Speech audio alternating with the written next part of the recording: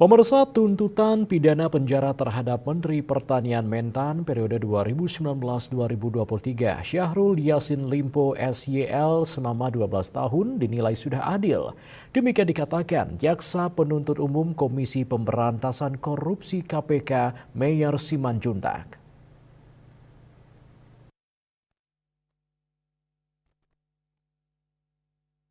Ditambahkan seperti dikutip dari kantor berita Antara, berbagai fakta persidangan sudah secara terang benderang mengungkapkan berbagai perbuatan koruptif merajalela yang dilakukan SYL selama menjabat sebagai Menteri Pertanian.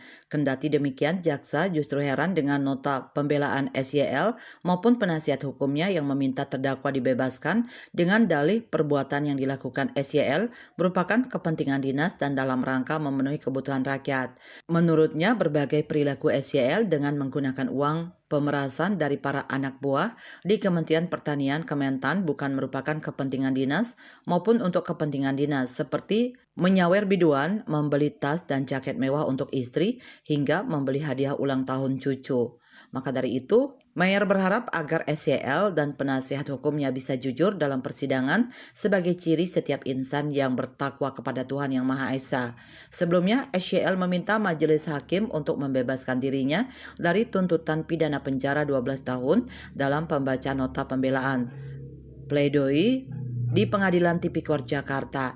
Dia beralasan tidak terdapat alat bukti sah menurut peraturan perundang-undangan maupun fakta yang dapat dijadikan sebagai dasar untuk menyatakan kesalahan SYL dalam kasus korupsi di lingkungan Kementan pada rentang waktu 2020-2023. SYL mengaku masih bertanya-tanya alasan dirinya dijadikan sebagai tersangka dan terdakwa serta alasan para saksi memberikan keterangan yang beberapa di antaranya memberatkan posisinya. Ia meyakini berbagai keterangan itu tidak benar sehingga ada kemungkinan para saksi memberikan keterangan dalam keadaan tidak bebas maupun mendapatkan tekanan atau ancaman.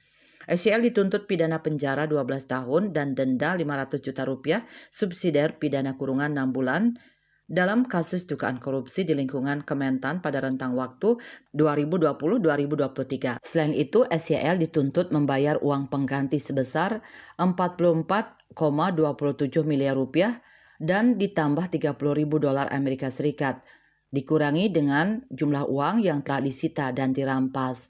Jaksa menuntut agar SYL dinyatakan terbukti secara sah dan meyakinkan bersalah melakukan tindak pidana korupsi secara bersama-sama dan berlanjut melanggar pasal 12 huruf E junto pasal 18 Undang-Undang Nomor 31 Tahun 1999 tentang pemberantasan tindak pidana korupsi junto pasal 55 ayat 1 ke 1 KUHP junto pasal 64 ayat 1 KUHP.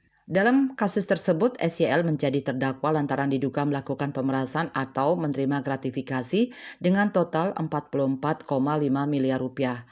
Pemerasan dilakukan mantan Gubernur Sulawesi Selatan itu bersama Sekretaris Jenderal Kementan periode 2021-2023, Kasti Subagiono, serta Direktur Alat dan Mesin Pertanian Kementan tahun 2023, Muhammad Hatta, yang juga menjadi terdakwa. Adapun keduanya merupakan koordinator pengumpulan uang dari para pejabat eselon 1 dan jajarannya antara lain untuk membayarkan kebutuhan pribadi dan keluarga SYL.